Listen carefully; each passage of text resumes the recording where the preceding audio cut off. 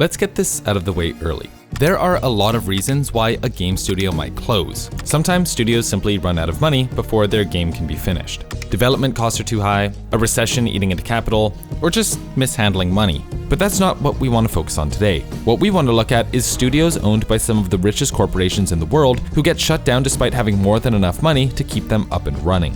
I'm talking about EA, Sony, Microsoft, companies that are too big to fail who have amassed huge numbers of smaller studios under their umbrellas. Almost every week, it seems like one of these companies is announcing another wave of layoffs or shutting down another beloved indie studio. For a long time, EA was the worst offender. During their rise to power, they made a name for themselves by buying up smaller studios. An independent studio would find success on the market, like Visceral Games with the Dead Space series, or Pandemic Studios with Star Wars Battlefront. They'd buy out the studio for a couple million, milk them for a couple games, and if their sales numbers ever started to dip, EA would simply close them down. Now, this was of course EA's fault. The company was notorious for pushing strict deadlines, stapling revenue goals to the top of every meeting sheet, and gently suggesting gameplay tweaks like microtransactions that would make the game more profitable. Oh, and if you didn't include them, you were fired. When their sales numbers inevitably tanked, they'd blame the studio for messing it all up and then shut off the lights. Here's a list of all the studios EA has acquired and then shut down over the years. But there's a second layer to why EA bought these studios in the first place, and why shutting them down really isn't a big deal for them. When a big company purchases a studio, the people are secondary. What really matters is the IP they created. For example, although Pandemic Games was closed in 2009, the Star Wars Battlefront series they created was rebooted in 2015 and made EA hundreds of millions of dollars. Similarly, although Maxis was officially closed in 2015, The Sims 4 and SimCity are still up and running, and the Sims IP continues to print money. A large corporation doesn't just buy the studio for the people, they buy them for their ideas.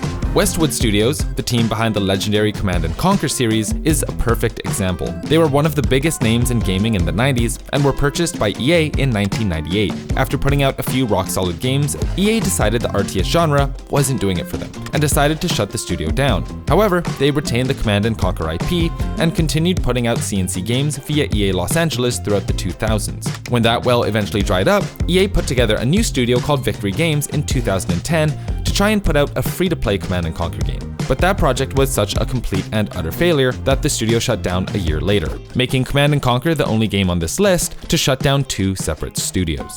Now, the importance of owning an IP as a publisher is pretty apparent. Even if the studio gets shut down, you can continue milking the franchise into oblivion. Bungie and Halo is a good example of this. Bungie was purchased by Microsoft in 2000, and part of the deal was that Microsoft would keep the Halo IP. When Bungie left Microsoft in 2010, Microsoft was able to keep Halo, transferring the game to 343 Industries, and they've been pumping out mediocre Halo games, toys, and TV shows for the past 15 years.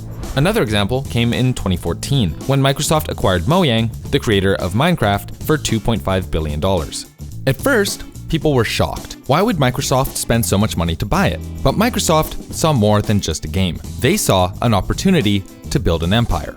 It wasn't just a computer game, it was brand recognition. Microsoft saw an opportunity to use Minecraft in ways Mojang never dreamed of, creating spin-off games like Minecraft Dungeons and Minecraft Story Mode, creating a Hollywood blockbuster that now sits as one of the highest-grossing films of the decade. Microsoft saw the potential of the Minecraft IP and turned it into a multimedia empire. And this taught the industry an important lesson. Control an IP and you're able to control the market. The more IPs you have, and the bigger they are, the larger your market share. It's why EA bought half the industry in the 2000s. It's why Tencent owns Riot Games and invested heavily in Epic, and it's why Microsoft has spent the last 5 years and nearly $100 billion acquiring the likes of Bethesda and Activision Blizzard.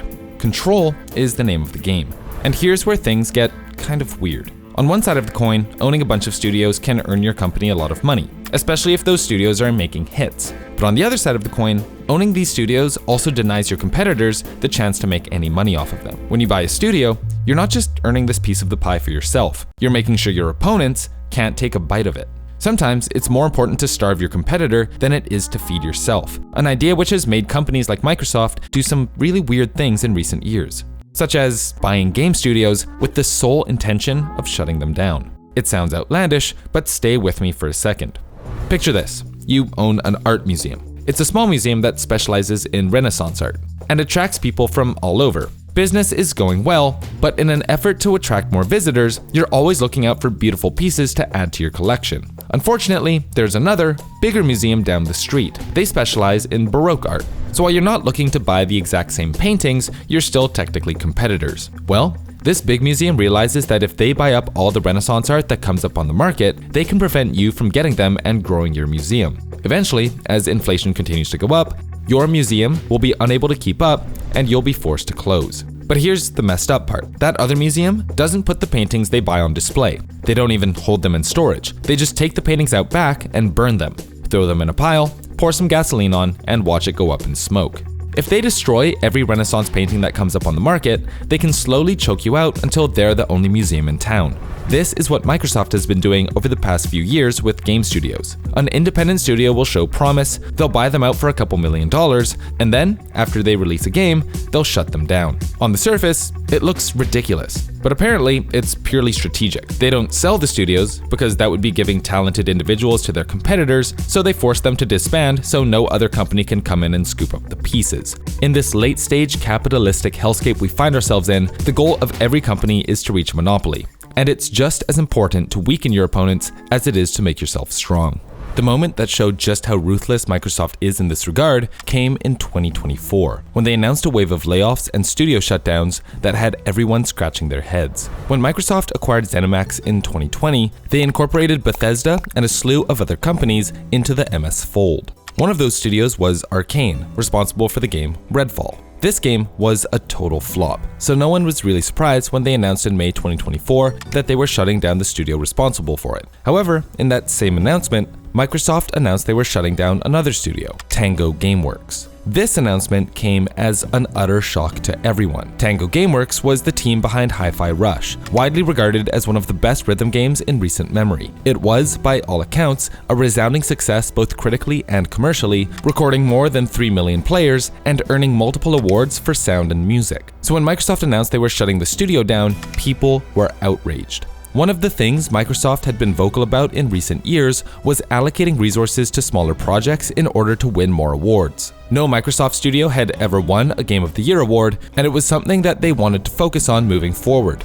As a matter of fact, the day after announcing that Tango Gameworks was shutting down, head of Xbox Game Studios Matt Booty said, quote, "We need smaller games that give us prestige and awards." So, why then did they just shut down the exact studio he was describing?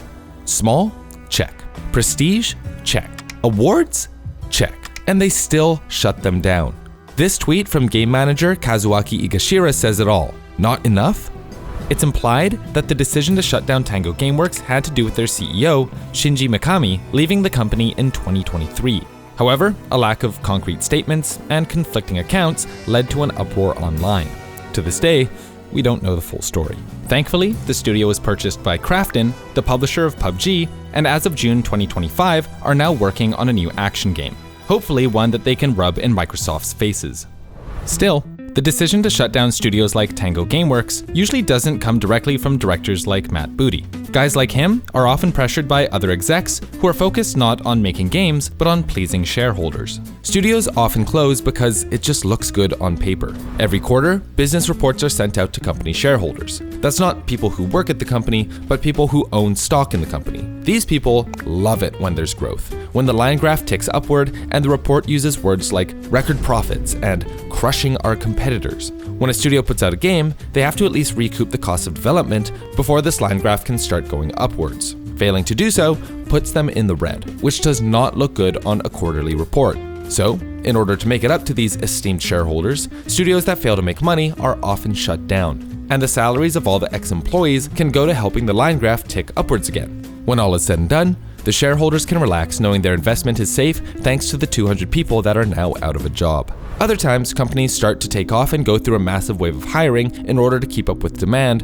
and then have to downsize due to a market correction. This happened most recently during the COVID-19 pandemic. People stayed home, gaming took off, yada yada, you know the story. Business was booming, so employees were hired. But as soon as the world opened up again and gaming dipped, companies around the world went through layoffs and restructuring in order to match that market correction. Some studios simply did not survive this transition. A report from the Entertainment Software Association of Canada said that in 2023 to 2024, those hit hardest were independent studios, and a majority of those affected had either 25 employees or fewer. However, even larger companies were affected.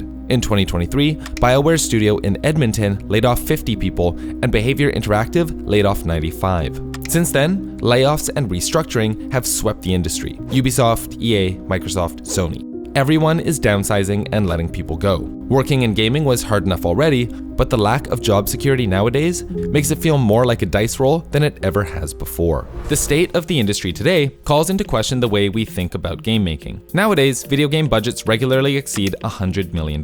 Companies have bought into the motto that you gotta spend money to make money, and they're becoming more and more focused on putting out blockbuster hits rather than indie darlings. Red Dead Redemption 2 famously had an 8-year development cycle, employing more than 2,000 people and costing up to $540 million, and it all paid off because the game made an estimated $3.3 billion. And yes, in cases like these, the assumption that spending more money will result in making more money holds true. But it also means that games with huge financial backing have significantly more pressure to do well than those that don't. Whereas sequels used to come out every 1 to 2 years, nowadays it can take 5+ years for some of these blockbusters to get finished. With this huge vacuum between releases, publishers become significantly less enthusiastic about being creative and trying new things, focused instead on trying to make something that is broadly appealing to everyone. This way they can ensure that they'll make their money back, but it also leads to many of these AAA games feeling boring and kind of the same. With so much pressure to succeed, if one of these blockbusters does fail, it can threaten not only the studio that made it, but the publisher as well. Skull and Bones, Ubisoft's notorious 2024 flop, is a great example of this. The cumulative effort of 12 separate studios over the course of a decade, the game was trapped in development hell and completely failed to deliver despite having a budget of more than $500 million. The result was Ubisoft closing down several studios and even coming close to bankruptcy after a number of similar flops. This just goes to show that these big blockbuster games are risky, and one failure can topple one of the biggest gaming companies in the world. Of course, there is something we gamers can do, and that's vote with our wallets. Support the indie game studios. Buy games put out by pro developer publishers. There have been several games in recent years put out by smaller teams that have completely outdone what AAA publishers are putting out. And maybe the big blockbuster game isn't the way of the future. Maybe it's downsizing, working on projects that can be managed in small groups, and using the tools available to make tight, functional games rather than overly ambitious, lumbering giants that can barely run despite taking up 250 gigabytes of your SSD. When all is said and done, there are 100 different reasons why a gaming studio might shut down. It's part of the reason why game development is one of the most volatile industries you can get into. One day you're working on the game of your dreams, the next you're packing up a box of belongings and walking out the door. As corporations get bigger and bigger, and the people who work on games become less like humans and more like statistics, expect to see this problem get a lot worse before it starts to get any better.